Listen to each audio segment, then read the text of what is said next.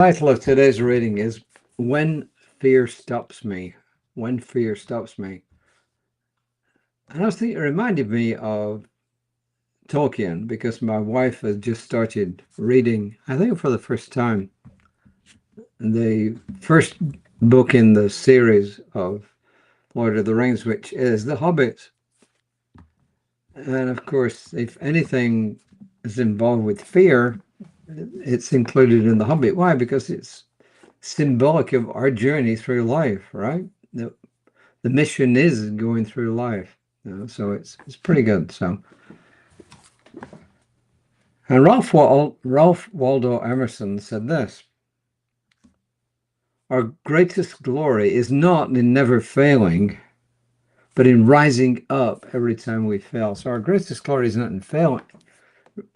Our greatest glory is not in never failing. Our greatest glory is in rising up after we've failed. So there you are. And let's see what Reverend Robbins got to say. When fear stops me. First quote is from someone everyone's heard of, Franklin D. Roosevelt. "The only thing we have to fear is fear itself." I'm sure you've heard that at least once or maybe many times. The only thing we have to fear is fear itself. And that's Franklin D. Roosevelt. The road to freedom lies not through the mysteries or the occult performances, but through the intelligent use of natural forces and laws. And this is Ernest Holmes in Living Without Fear, page 37. So anyone who said Ernest Holmes might not have believed that the universe is real, go back and read this part. Page 37, Living Without Fear. The intelligent use of natural forces and laws. And this is our writer for this month, and she says, "Looking back on my life, I see that fear kept me frozen in unhappy, unhealthy situations several times. Once I finally had the courage to make a move, things miraculously worked out. In retrospect, I can't believe I waited so long to do something, having been stuck in uncertainty and unaware of the creative process at play. I was frozen, not believing the universe was conspiring in my favor. This hesitation is common. Phrases like paralyzed with fear, scared to death, or crippled with fear, these reveal how often fear keeps us stuck. Like a deer caught in the headlights, fear can leave us unable to move or to react to actual danger. Faith, on the other hand, leads to action. While fear can immobilize, faith actually encourages movement. Spirit, which is the source of everything, is life itself. Spirit's true nature is to act and to evolve. It is infinite potential. She says, the next time you feel frozen in fear, pause and ground yourself. Take a few slow, deep breaths and move your hands or your head a little. And then do one simple thing, like washing a dish or taking a short walk or something similar. These small steps remind you that you are in control and that you are ready to move forward.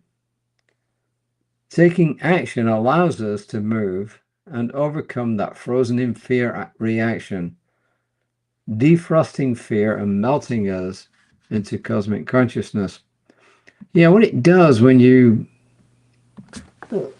look at something else, or if, I'm an emotional freedom technique practitioner, and if somebody does get frozen in fear, what I will do is distract them. If they're really frozen and they can't move, I'll say something like, "Oh, is your shoelace undone?" or something like that. And what it does, it breaks that trance and it allows the mind to start thinking again. So it takes us out of that completely stuck trance-like thing, and it lets us start moving again, which is exactly what she's saying here. You know, go wash some dishes or take a short walk or do something that takes your mind off what it is, and it breaks that trance. And it's a really good idea, actually. So if you find yourself frozen in fear, then just do something simple that's different, that's completely different. Yeah? And you'll find it really helps.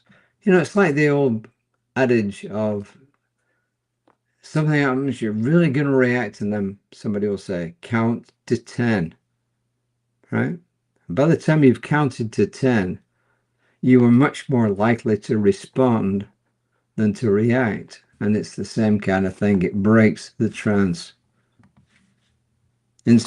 I act in spite of my fears. I let go and let God handle the details.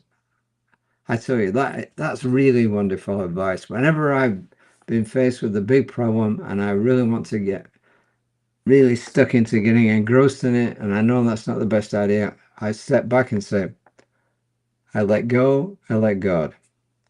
And I'll tell you, it's amazing. Things do start to work out. Once you take that energy out of the situation, things do start to work out. I act in spite of my fears. I let go, let God handle the details. And I will let Reverend Lisa Ryan handle the details tomorrow morning at 9:15, and I'll come back and handle some more details around about 5 p.m. all Central Time tomorrow evening. So until then, please have a wonderful rest of the day. And this is your and my job for the next 24 hours, to express gratitude frequently. Even if it's just the fact that you're alive, you've been granted this wonderful gift of life. Be grateful. If you live in a nice house, be grateful. If you've got pets who love you, and a spouse or a partner or family members or community members or members of a club or whatever it is, a gym, just be grateful. Find 5 things in the next 24 hours for which you are truly, truly grateful. And my first one, the gift to you, is I'm grateful just for being alive. I'm grateful that I've had the gift of life. I think it's wonderful. And let's move on from there. Till next time, namaste.